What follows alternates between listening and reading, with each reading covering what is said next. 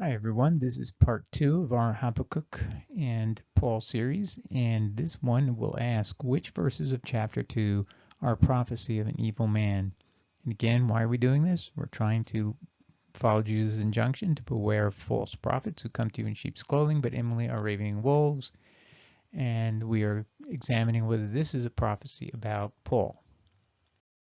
And just so that it's not the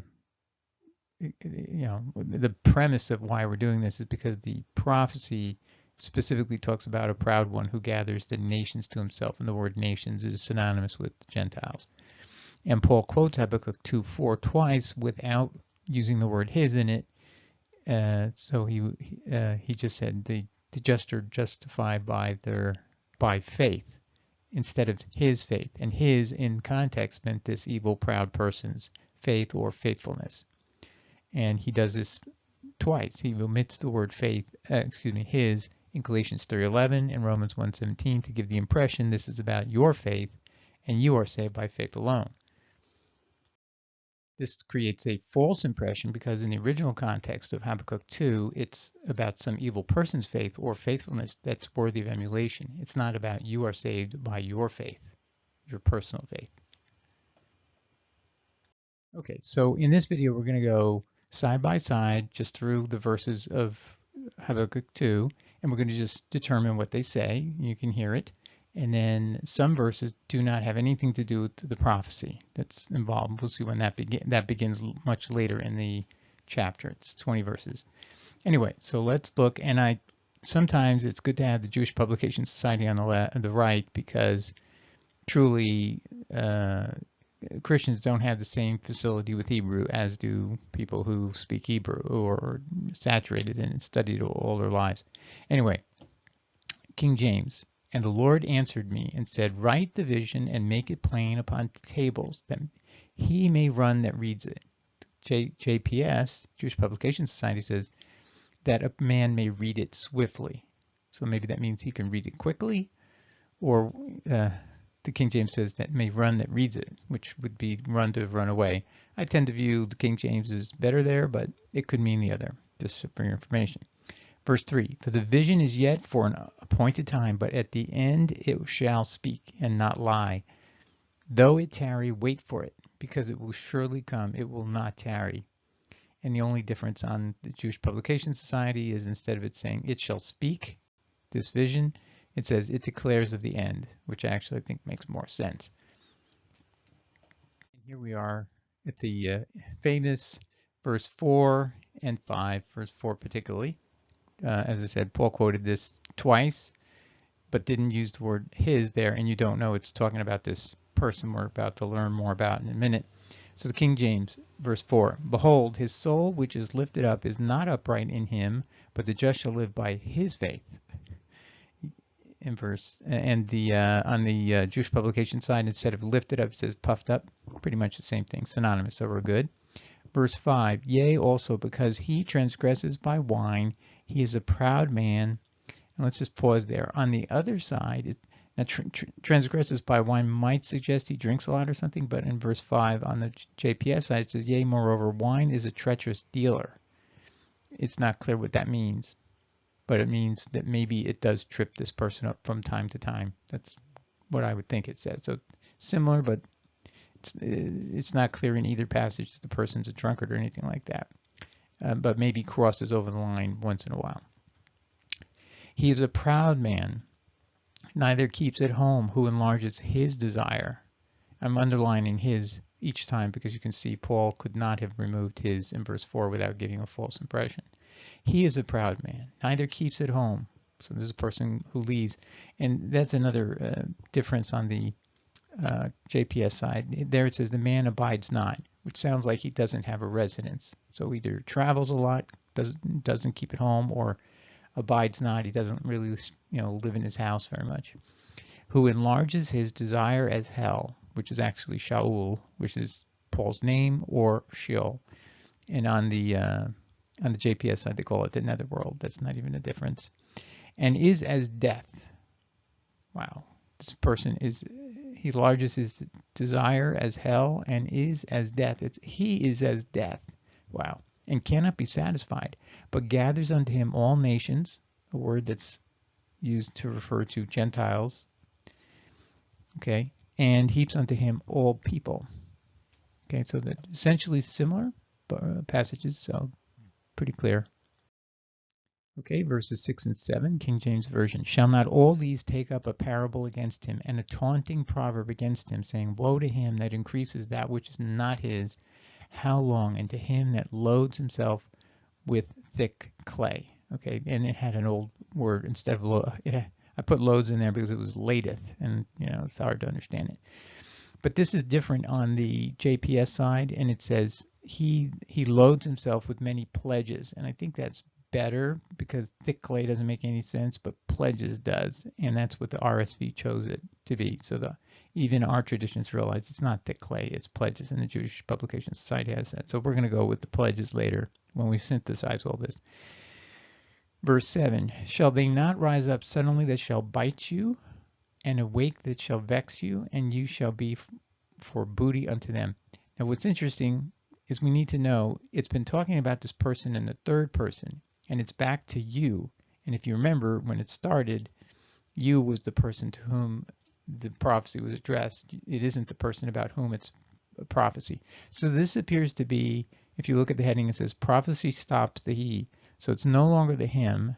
Verse 7 seems to be the cutoff point, but we're not going to stop there, and we're going to keep looking just to see in case it goes back to him or whatever. So verse 7 is, shall they not rise up suddenly that exact interest of you, and awake that shall violently shake you, and shall be for booty unto them.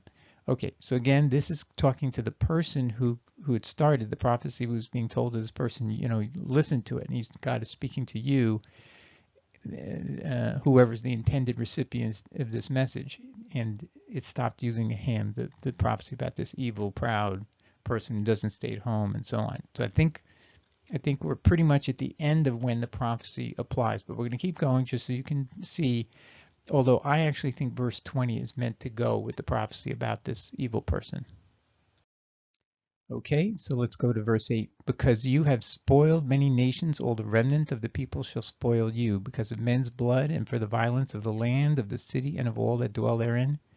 Okay, again, it doesn't seem to be talking about this person, him, he was talking about before. He's now talking to a you. You have spoiled many nations. Now, this could be the evil person, but it's not clear. Verse 9, woe to him that covets an evil covenants to his house. And that's similar in the JPS, gains evil gains for his house. Well, I'm not going to read the whole thing because, again, this is just a general moral. It's, God's morals are important, but this is not prophesying about the man anymore. Okay, and we continue to see this change in verse 10. You have consulted shame to your house by cutting off many people, and have sinned against your soul. And on the JPS side, it's you forfeited your life. Again, this is talking to you, the recipient of this letter. So God is communicating something to you, whoever that was, in context. But it's no longer talking about the prophecy of the man. And likewise, verse 11 doesn't have anything to do with a him or you, even. For the stone shall cry out of the wall, and so on. So we're starting to get clearly very far away from this prophecy. Okay, verses 12 and 13, it's a woe to him that builds a town with blood and establishes a city by iniquity. Again, way far away from the prophecy about him who was evil. Verse 13, behold, is it not of the Lord of hosts that the people shall labor in the very fire, and the people shall weary themselves for very vanity? Again, not dealing with the prophecy of the man anymore. Okay, and the same thing with 14 and 15. Don't need to take your time up even looking at it. It does not involve man anymore at this point. At this point in verse 16, 17, it uses a you again. You are filled with the shame of glory. Drink you also, and let your foreskin be uncovered. So this is talking to someone other than about the him. For the violence of Lebanon shall cover you, and so on. So this again is not talking about the evil man. Okay, again, verses 18 and 19, it's the same idea. This is a moral statement. What profits the graven image? The maker thereof has graven it, the molten image, etc., teacher of lies. Verse 19, woe to him that says to the wood, wake, so on. This is now about idolatry. Okay, and now we come to the last verse of the chapter, and this may have to do with the man, the evil man, and that's because in verse 20 it reads, "But the Lord is in his holy temple, let all the earth keep silence before him." Same, by the way, in the JPS. And why would this be part of the prophecy? If we're correct about God talking earlier in verses 2 to 6 about Paul, Sheol or Shaul, what God would be, what would motivate him potentially to be upset with this person? Well, one of the things Paul said in particular was very offensive.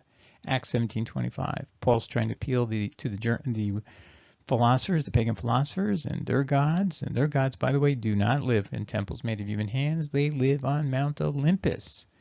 And they may visit temples for, ritual sacrifices and so on, but that's not where they live. And the Romans always wondered, why do the Jews have a God who actually lives in their temple? Okay. Well, Paul agrees with these pagans, and he says a completely unbiblical false statement. Acts 17:24, he says, "God that made the world and all things therein sees that he is Lord of heaven and earth, dwells not in temples made with hands." Wow. Somebody needs to talk to Paul. Well, it's too late. But that's the point, is this would fit the other verses of who God was talking about, and it would tell you one of his motives for basically telling you why he was so evil. So even though he had some truth, some faith that was valid, he had some faith that was false. So when God says you will live by his faith or faithfulness, probably he meant faithfulness, to be honest, because his faith had some contamination with doctrines like this. So his faithfulness meant his willing to sacrifice and do whatever it took, which makes me also believe that Paul was, don't take me wrong, he was sincere. He believed that he saw the Lord Jesus Christ. But the truth is, did he? Did he? What was he actually listening to? So anyway, we'll examine those things and other things. But this helps us again doing weighing. What messages has God given us about Paul, and how should we understand him? Should we understand him he was just viciously evil, that he didn't even believe he saw the Lord Jesus, was lying about that, or that he really was sincere about it, but he was sincerely wrong. He didn't test his own experience. He met someone in the wilderness when Jesus said, "That's now not how I'll." Once he ascended, I said, "I'm not coming back until everyone universally sees me." So if they say they saw me in a wilderness or they saw me in a private place, that's not me. Paul's experience was in the wilderness. Exactly the opposite of what Jesus said would be the way he would return. Anyway, now we have eliminated the verses except verses 2 to 6 and 20. All right, so to be clear, next time we're going to go over the verses of prophecy, which are Habakkuk 2, verses 2 to 6, and 20.